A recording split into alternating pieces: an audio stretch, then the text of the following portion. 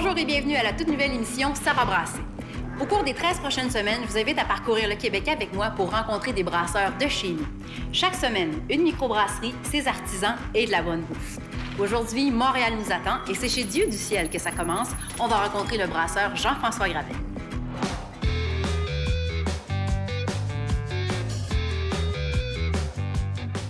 Jean-François, l'histoire de Dieu du ciel, ça a commencé comment? Bien, en fait, comme beaucoup de brasseurs au Québec, mais aussi en Amérique du Nord, la nouvelle vague de microbrasserie, si on peut dire, ça a commencé à la maison. Fait que moi, à 19 ans, j'ai commencé à brasser à la maison à partir d'extraits. C'était surtout parce que ça avait de la bière pas chère. Fait que, en tant qu'étudiant, c'est pratique. En tant qu'étudiant, c'est ça. Tu as un beau partant en perspective. Fait que tu sors l'extrait, tu brasses ça dans une chaudière. Puis ça donne un produit correct quand même. Puis à ce moment-là, c'était quand même vraiment sporadique. Et puis, tranquillement, pas vite, bien, je buvais quand même de la bière de microbrasserie. Les premières étaient déjà un petit peu sur le marché. Il y avait des bières importées. Fait que mon cœur s'ouvrait à la bière de qualité. Fait que, en brassant sa bière, tu te dis, ouais, ça serait le fun que ma bière soit bonne. Puis tu commences à acheter des livres, puis tu perfectionnes un peu ta technique. Et puis, c'est devenu un peu plus sérieux au fil du temps. Justement, j'ai amené mon premier grimoire. La Bible de Jean-François? La première Bible de Jean-François, c'est un beau cahier Ilroy. Fait que c'est peut-être plus à partir de janvier 93, c'est vraiment devenu sérieux. J'ai commencé un peu à loguer mes recettes d'un style à l'autre. Je m'essayais. J'ai commencé à penser à un nom pour ma brasserie maison, sans vraiment prétention. Tu vois, j'avais appelé ça la Dieu du ciel ici. C'est là que ça a commencé, en 93? Oui, en 93. Au mars 93, j'avais commencé à nommer un peu ce que je faisais. Puis bon, un jour, je me suis dit, bon, c'est beau les extraits, mais il me semble que j'ai pas ce que je veux. Puis je suis tombé dans une boutique, et on m'a vraiment convaincu. Écoute, faut que tu y ailles avec tout grain. L'équipement était dispendieux quand même. Fait qu'il m'a donné une technique qu'on pouvait faire avec une passoire à spaghetti, un chaudron à spaghetti, un jug de verre qu'on trouve au recyclage. Mais ça fait 4 litres. Mais j'ai dit, bon, au moins, tu le fais à partir du grain. Puis ça a été une révélation. J'ai dit, ça y est. OK, là j'ai compris. Là, j'ai du body. Là, c'est 100 fois meilleur. Il faut que je m'équipe. Ramasse tes petits scènes noires parce que j'étais à l'université, j'étais pauvre, comme ça se peut pas. Puis, let's go, on s'équipe d'un gros chaudron, puis on passe tout grain. Puis les choses sont mises à débouler, à brasser vraiment de façon régulière, une fois par semaine. Puis il y a même des premiers noms qu'on utilise encore qui sont apparus, comme Voyageur des Brumes, Rigor Mortis, Résurrection, Élixir Céleste. Des noms qui restent encore.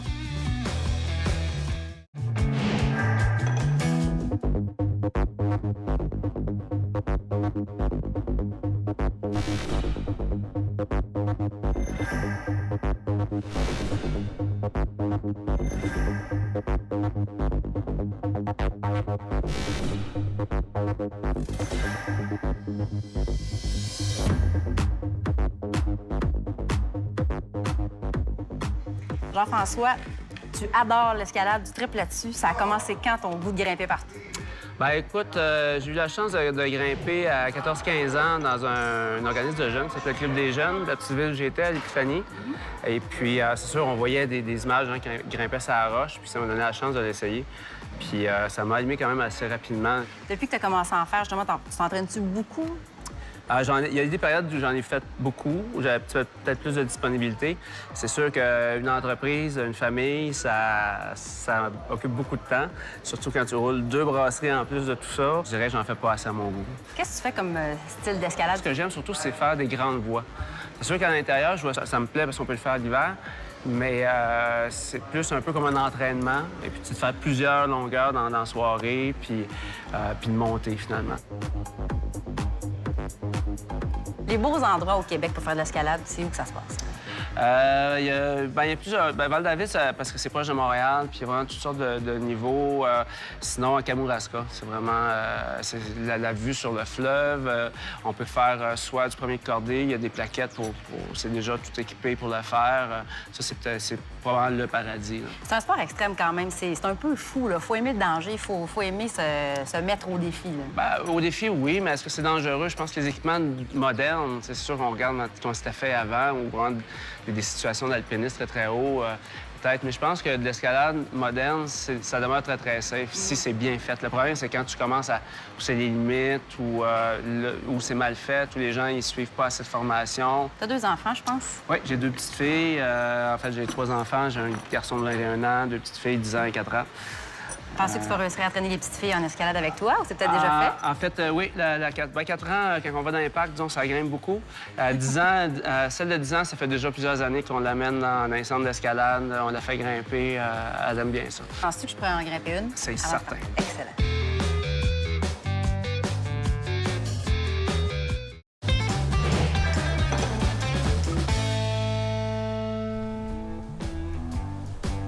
Jean-François, qu'est-ce que tu brasses comme style de bière ici? En étant parti comme brasseur maison, j'avais la chance de pas vraiment me concentrer sur un style en particulier.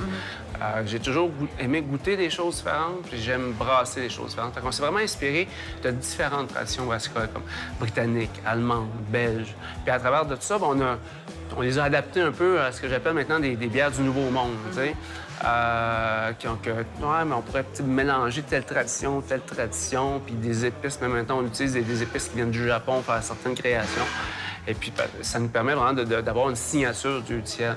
On se permet dans les festivals, souvent, les gens s'attendent à avoir quelque chose de nouveau. On fait une création un peu flyée qu'on pense pas nécessairement rebrasser, mais que finalement, des fois, les gens accrochent tellement qu'on la rebrasse, comme la rosée d'hibiscus. C'en est un exemple. J'avais vu un reportage à la TV sur le jus de bissap, qui est un jus d'hibiscus qui est fait en Afrique de l'Ouest. Je m'intéressais à ça, je m'en suis fait un petit jus à la maison. C'est intéressant. Là, j'ai comme une lumière qui s'est allumée. Avec une bière de blé, ça pourrait être le fun. La bière va être rose. Le monde va trouver ça drôle. Tout le monde va en parler. OK, on fait ça. Ça va faire un gros happening pour un festival. Mais le monde a tellement accroché là-dessus que, OK, ça a passé vite. On va leur brasser une 2e fois au pub, puis une 3e, puis une 4e. Puis là, quand on est arrivé à penser qu'est-ce qu'on allait mettre dans les bouteilles, on dit, t'as pas le choix. Faut que tu mettes la rosée d'hibiscus en bouteille. Fait que j'aurais jamais pensé qu'une folie de festival de même aurait fini en bouteille. Mais c'est des choses qui arrivent. On retrouve quoi sur les tablettes comme produit par rapport à ce qu'on a ici en fût? Bien, il a fallu faire une sélection de produits par rapport à tous les produits qu'on avait. Par exemple, on a la Pêché Mortel, qui est notre Imperial Coffee Stout, notre stout impérial au café, une stout à 9,5 % dans laquelle on fait une infusion généreuse de café. Donc, le café est très présent, mais c'est une bière qui est très ronde pour pouvoir contenir ce café-là avec une belle texture soyeuse. On a aussi, comme justement, on a des produits qui apparaissent une fois par année, qu'on appelle la série Momentum. Donc, on fait 1 ou 2 ou 3 brassins et puis on met tout en marché en même temps, comme la Rigor Mortis Apt, qui est une brune d'inspiration monastique, un peu comme les moines trappistes pouvaient brasser. Ça, c'est plus liquoreux, légèrement mocha, un peu raisin même. C'est aussi une bière assez forte en alcool. On parle d'une bière à 10,5 qui vieillit très, très bien. On a la Charbonnière qui est une bière fumée, qui est faite à partir de mâle qui a été fumé. Ça, c'est plus une bière qu'on aime ou qu'on déteste. Elle aussi, c'est une bière qui apparaît seulement une fois par année. Un autre momentum qu'on a, c'est la Chamane, qui est une Imperial IPA ou une Double IPA, dépendant comment c'est nommé. Alors, c'est une bière qui est encore une bière forte, une bière à 9 %.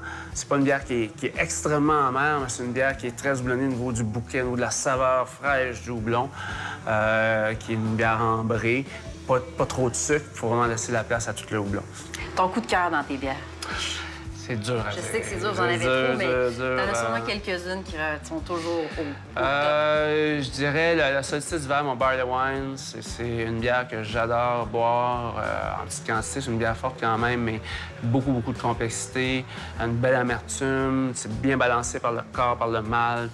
C'est une bière qui vieillit bien aussi puis qui change. Fait que quand elle est fraîche, le houblon est croquant, vieillissant, devient un peu plus liquoreuse. Fait que ça, c'est une bière que j'aime beaucoup voir évoluer. Sinon, la dernière volonté, qui est une blonde belge, mais encore là, plus Nouveau Monde, parce qu'on y a mis peut-être plus de houblons que traditionnels, des houblons qui sont américains. On fait une technique qu'on appelle du dry hopping, du houblonnage accru. Donc, après fermentation, on rajoute du houblon pour avoir un punch aromatique de houblon incomparable.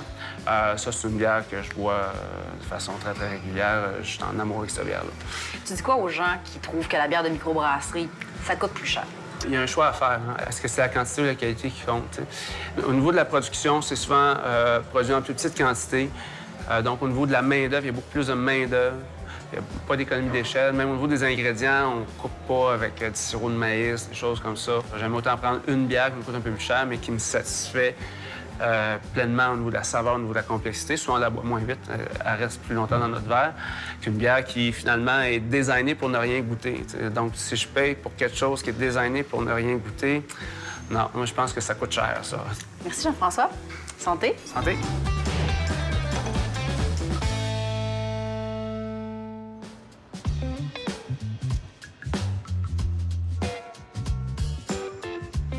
Pour marier les bières du Dieu du ciel et la bonne bouffe, on est aujourd'hui au restaurant Les 400 coups dans le Vieux-Montréal.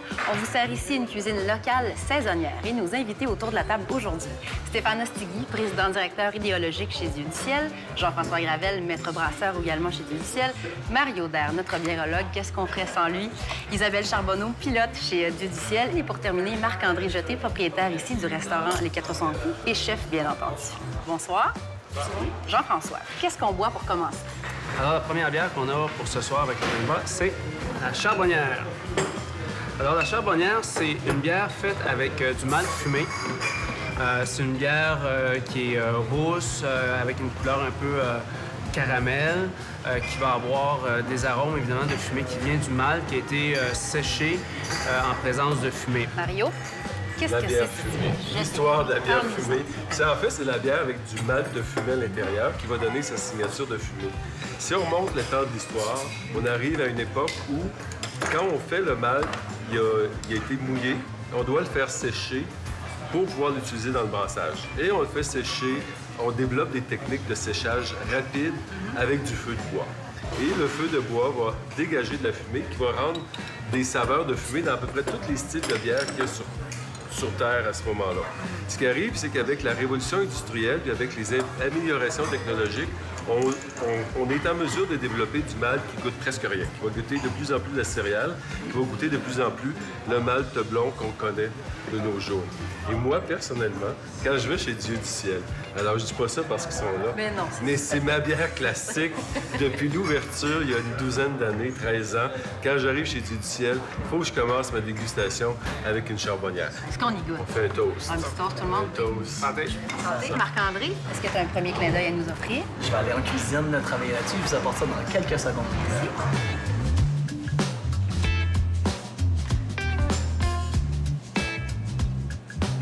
Alors, la première assiette, haricots mimolette, vous avez des points de mayonnaise à la noisette, pain fumé et oignons cipollini, qui sont des oignons doux italiens, plus sucrés, qui sont marinés à la rescousse. C'est mon premier clin d'œil. Bonne dégustation. Wow, merci Marc-André. Merci bien.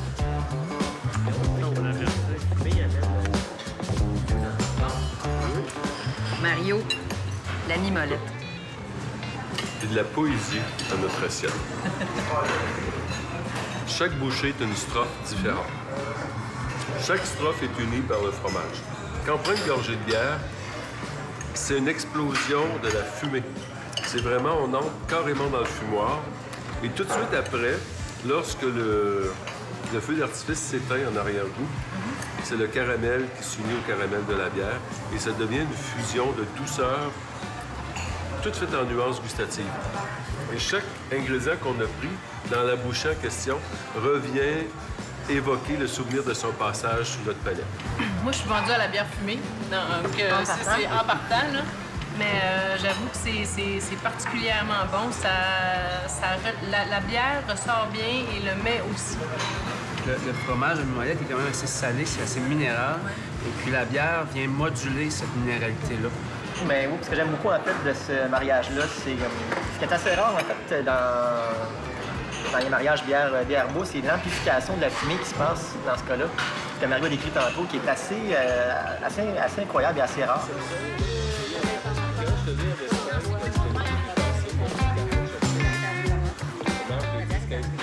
Une deuxième bière au menu ce soir. Jean-François, qu'est-ce que tu as pour nous? Alors, pour le deuxième mariage, on y va avec un classique du ciel, si on peut dire, la Péché Mortel, qui est notre stout impériale au café. Ce qu'on appelle les stouts, c'est des bières noires qui sont faites avec de l'orge qui a été torréfiée ou du malt qui a été torréfié. Le terme impérial vient signifier que c'est une version forte ce style-là. L'Imperial Stout a une histoire. C'était des bières qui étaient destinées à être exportées, dans ce cas-ci, de l'Angleterre vers la couronne de Russie. Et au café, c'est qu'on a fait une infusion de café dans cette bière-là parce en fait, je suis un grand amateur de café. Je voyais au début, quand on va à la brasserie, on voyait souvent des mocha, porter, des coffee stout. Et encore là, le café était souvent encore là à dose homéopathique. Si on dit, ouais, j'ai l'impression de goûter du café. Moi, quand je vais faire une bière au café, là, on se posera pas de questions sur c'est du café. Ben, c'est exactement ça qu'on a fait. Alors, en accord avec des plats, quand on parle de café et on parle d'alcool, on parle d'une bière facile. Alors, une bière courailleuse qui aime courtiser plusieurs plats différents.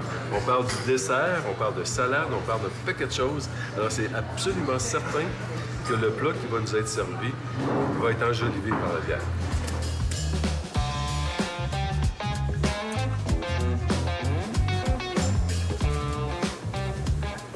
Marc-André de retour. Qu'est-ce qu'on a cette fois-ci? Ton deuxième clin d'œil. Alors, voilà, avec votre prochaine bière, on a la croquette de boudin. Donc, croquette de boudin maison, ça va avec une purée d'abricots à la moutarde, donc graines de moutarde et un peu de moutarde de Dijon qui est mélangée avec des abricots.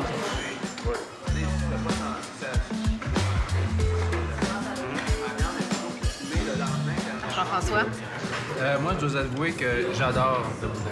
J'étais très, très heureux de ce challenge-là, de marier ça avec une bière. Je trouve que la Péché Mortel, c'est un super beau match. Ce que je constate, moi, c'est que la bière s'est sentie frustrée de ne pas être invitée dans le boudin.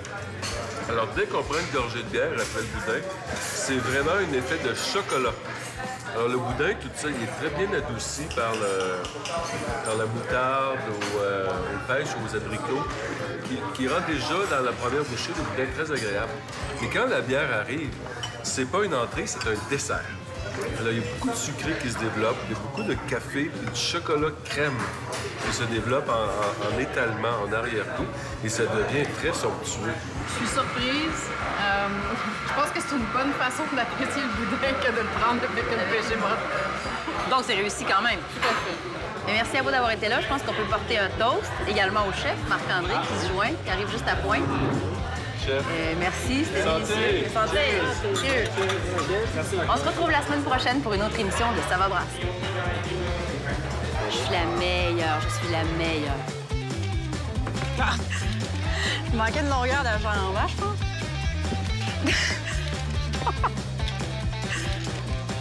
Après la pause, on tombe sur l'arrière-train. Eh oui!